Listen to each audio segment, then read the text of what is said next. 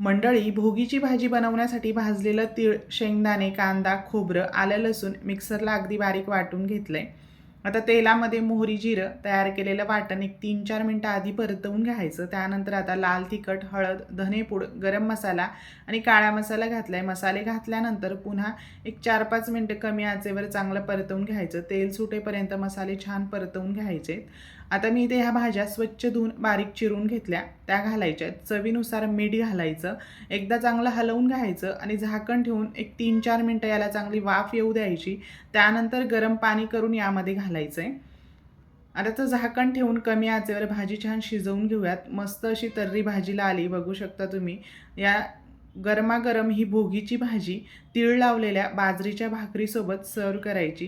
Video आवडला असेल तर एक लाईक करा आणि जास्तीत जास्त शेअर करा. तुम्हीसुद्धा अशा पद्धतीने ही भोगीची भाजी नक्की ट्राय करून बघा. धन्यवाद.